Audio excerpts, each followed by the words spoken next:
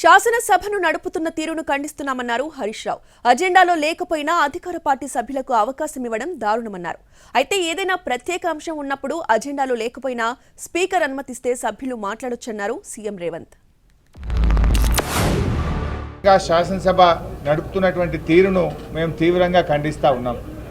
ఎజెండాలో లేకపోయినా ఈరోజు సడన్గా దాని మీద ఒకవైపు ఎల్ఏ మినిస్టర్ గారు, ఇంకొక వైపు ముఖ్యమంత్రి గారు మాట్లాడడం, మరి వారు మాట్లాడిన తర్వాత ప్రధాన ప్రతిపక్షానికి మైక్ ఇవ్వమంటే మైక్ ఇవ్వకుండా సభను వాయిదా వేసుకున్నటువంటి తీరు ఇది పూర్తిగా ప్రజాస్వామ్య విలువలను మంటగల్పే విధంగా ఉంది.